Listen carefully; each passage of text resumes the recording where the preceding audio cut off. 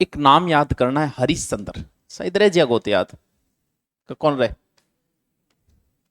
कौन सो हरिश्चंद्र, वो कभी झूठ कौन बोले, वो हैं थे भी होगी शायद, कभी झूठ कौन बोली। अरे तो भी झूठ ना बोलो यार,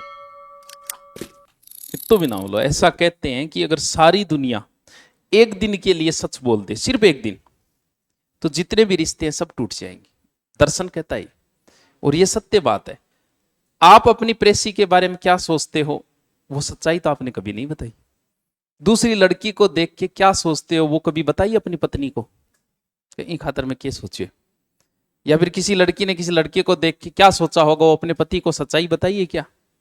आप अपने बाप के बारे में क्या सोचते हो कभी कभी, और मेरे बारे में भी क्या सोचो, भाभी मन बताइए थे, कौन बताई नहीं। तो ये सारी दुनिया झूठ पे टिकी हुई है, सारे रिश्ते झूठ के हैं। एक दिन भी अगर सच बोल दिया, रिश्ता खत्म। हो सकता है हरिश्चंद्र की पत्नी ने कभी पूछा नहीं होगा कि मैं कैसी लग रही हूं, उस दिन झूठ बोलना पड़ता हरिश्चंद्र को। तो वो हरिश्चंद्र दूसरे है, वो हरिश्चंद्र दूसरे है। ये हरिश्चंद्र नाम का एक ब्राह्मण था, वो क्यों, हाँ वो ब्राह्मण ही हो गए, चलो ठीक है। इसने विवाह किया, एक तो समाज में करियो बामणी ले आयो, ठीक है, और क्या है, क्या हुआ,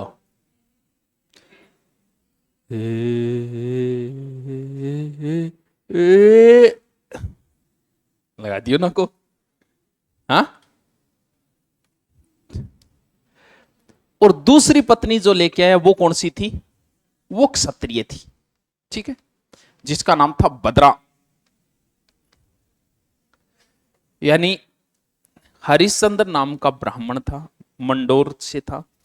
इसके दो पत्नियां थी, एक पत्नी ब्राह्मणी थी, दूसरी पत्नी क्या थी, क्षत्रिय पत्नी थी।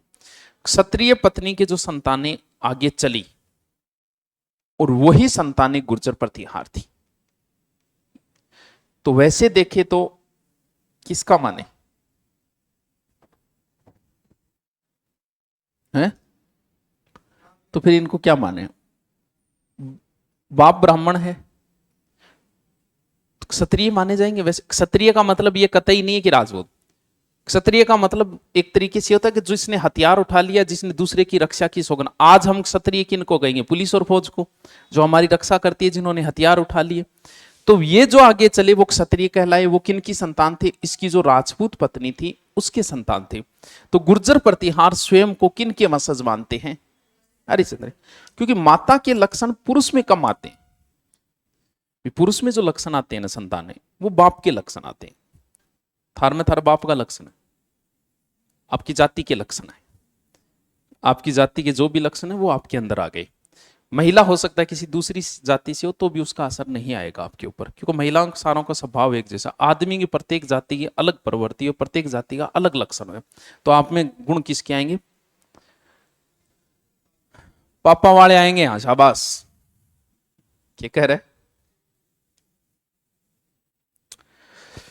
महिला को नहीं होता, महिला में जाति के लक्षण नहीं आते। आप किसी महिला से बात करके नहीं बता सकते किस जाति की है, या किसी महिला को देख के नहीं बता सकते, बता सकोगे नहीं। हाँ पहरान पहन रखा हो तो एक अलग बात है, वरना आप नहीं बता सकते।